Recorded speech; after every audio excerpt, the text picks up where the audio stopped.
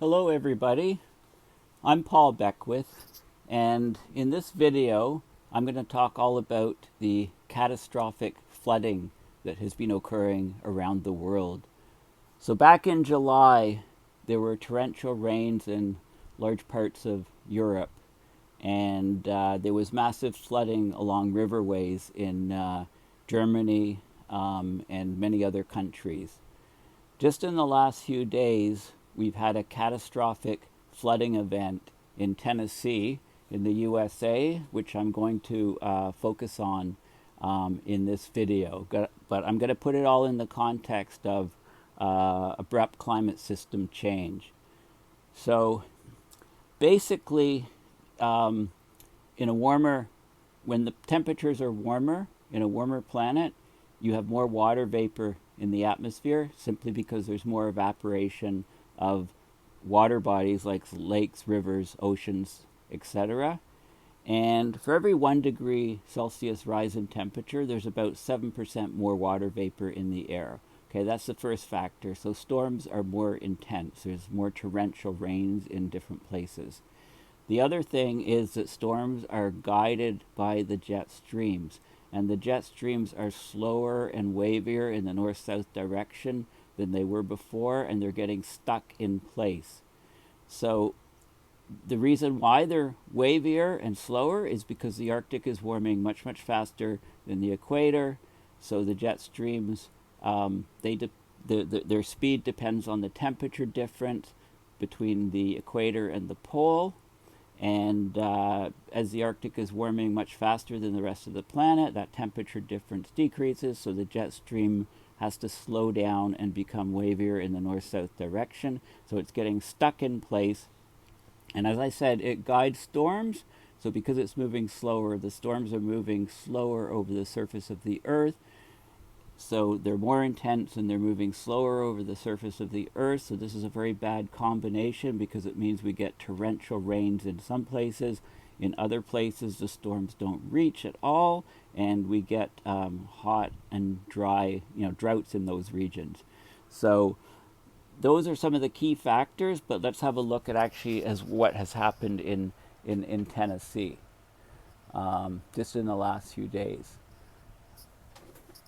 Unbelievably, some places there had 17 inches of rain or 340 millimeters. Okay, this is my website, paulbeckwith.net. Please consider making a donation via my PayPal to support my research and videos. I have well over 1,000, 1,500 videos, most of them being 50 minutes long, on abrupt climate system change, and also I look at basically every aspect of climate change, every aspect of renewable energies and green energies, and ways to pull CO2 out of the atmosphere and stuff like that. So please check out my website if you aren't familiar with it. My last set of videos was on weather whiplashing events in North America, and a new paper that came out with Jennifer Francis. And basically, so not only are we getting an increase in the frequency, severity, and duration of extreme weather events, they're also not occurring in places or extreme weather events are occurring in places where they didn't occur before, but we're also getting weather whiplashing from one extreme, say drought, to torrential rains and flooding, back to drought, or from temperature, cold winter, warm spell, in fall spring if you like, and then a crushing cold again, which kills all of the buds on the plants that thought spring and summer was here. So check out those videos. On my Facebook page, I'll just show you a couple images, but before I really get into things too much, I just want to show you a couple funny things, because this is a dire topic. Here we are. The global internet is being attacked by sharks, Google confirms. Right? You got a shark here biting into the fiber optic cable on the ocean floor. Wi-Fi goes out. Those damn sharks again, I swear. Anyway, that's I thought that was pretty humorous. Here's another one here. These kids were asked what scares them the most. This guy, Paul, says werewolves. Nina says sharks. Dylan says the unstoppable marching of time that is slowly guiding us all towards an inevitable death. you know. And then Catherine says what scares you the most is Dylan, this guy Dylan. Okay, so that's pretty funny. A couple more. I love this tweet. Oh my God, I just found out that Albert Einstein was a real person. All this time I thought he was a theoretical physicist. Get it? It's pretty good. And this is Germany. This is what this is a river through an old established town in Germany. And look at the, this was actually a road next to a river. And look what happened. Just unbelievable devastation. So keep that in mind, as we look at some other things here. So, and follow me on Twitter at Paul at Paul Beckwith.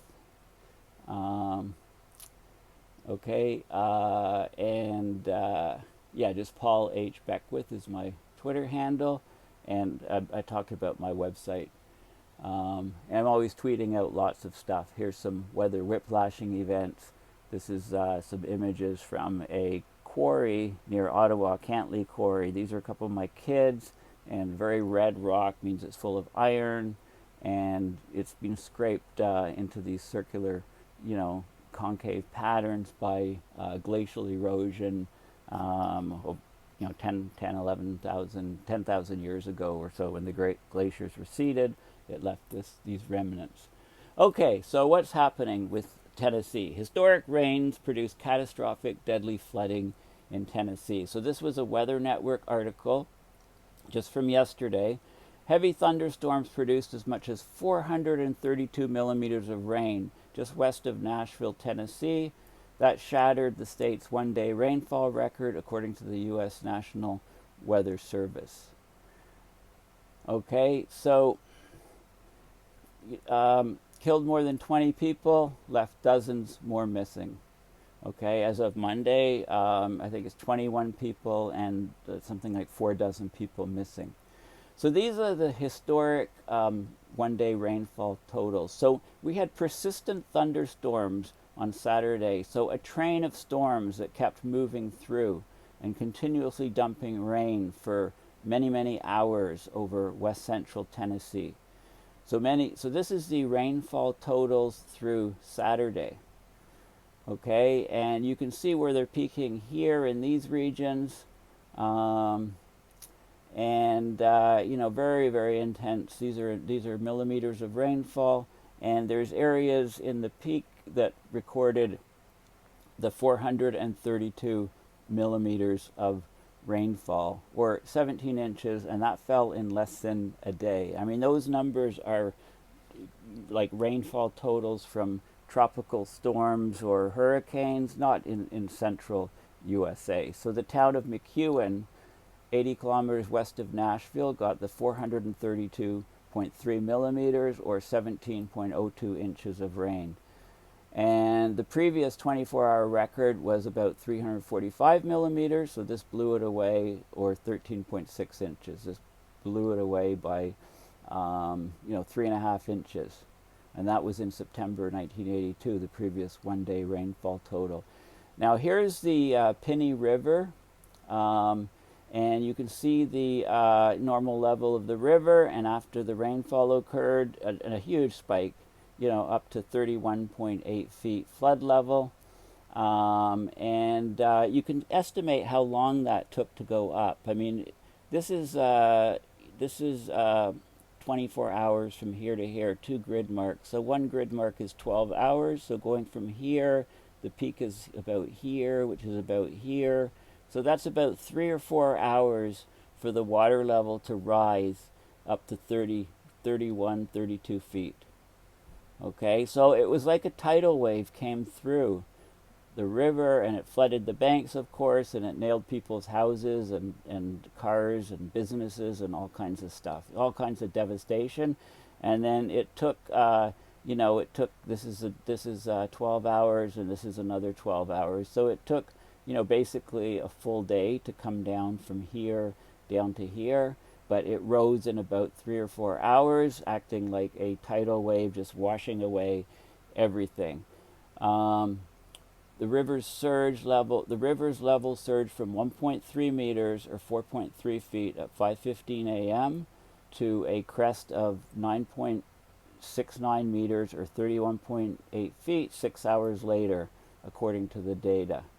And it was a result of the training thunderstorms, storms that redevelop one after another. They move like a train over the same community for many hours at a time, like train cars or railroad tracks. Okay, and these storms they tapped into a deep reserve of tropical moisture over the southeastern United States, right? Gulf Stream, or Gulf of Mexico, very warm. That hot, humid air, lots of evaporation. That hot, humid air then goes over the land, and these thunderstorms, sucked up this moisture and then dumped it in these specific locations over Tennessee. Streets turning into rivers. People posted pictures online of the debris left behind. Look at this overall. This is Waverly, the town that was hit the hardest. All of the flooding here.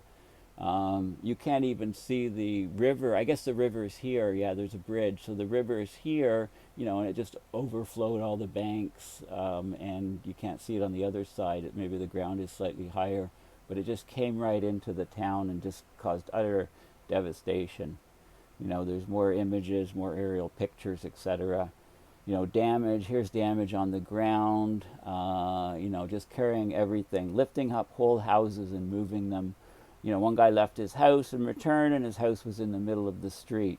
Bridges being overcome. Mud everywhere. Okay, just utter devastation. And here's more of it here. So just, crazy stuff. So here's another, article from the Tennessean. Tennessee flooding Sunday updates. Decimated towns begin recovery. You can just see, this is some more local news. So you can read the stories of, how people were affected and, what was happening and so on. Sheriff asking for patience, boil water advisories, people praying to God, saying, we survived and stuff. Very little discussed about climate change, but some of it is in there in general. Okay, so just where the shelters are, lists of people that are missing, etc., stuff like that in the local news. Now here's Nashville, Tennessee. So a 90-minute drive to the west is where the town is that was hammered. And if you from here, you get so you can search for Nashville, Tennessee on Google Earth, and then you can put the pointer here and read the latitude and longitude, and then go over to Earth Null School and move the dot around until it's got the right latitude and longitude. And here we're looking at the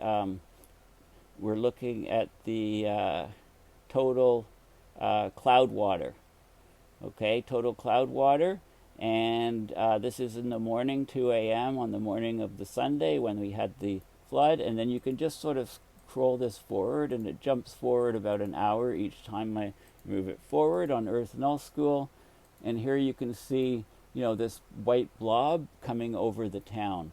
Okay, this is there's a lot of this is a total cloud water, so lots of water in the clouds here. But look, this happens to hit on a town and sit here for a long period of time. Look at all these other blotches here. It's dumping huge amounts of water in other places. It's just that it's not right over a river system in a town. This is why I say that we're in a kind of a climate casino. Everybody's in the climate casino, and different regions are being hit different amounts. So I'm scrolling forward.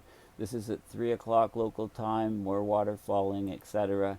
And you can see. So on here, it doesn't look like much. And you can also, there's more covering the town here. And you can also look at the winds. So you can look at what the jet streams are doing and relate that to the town rainfall. Okay, thank you for listening. And I'll continue in a second video.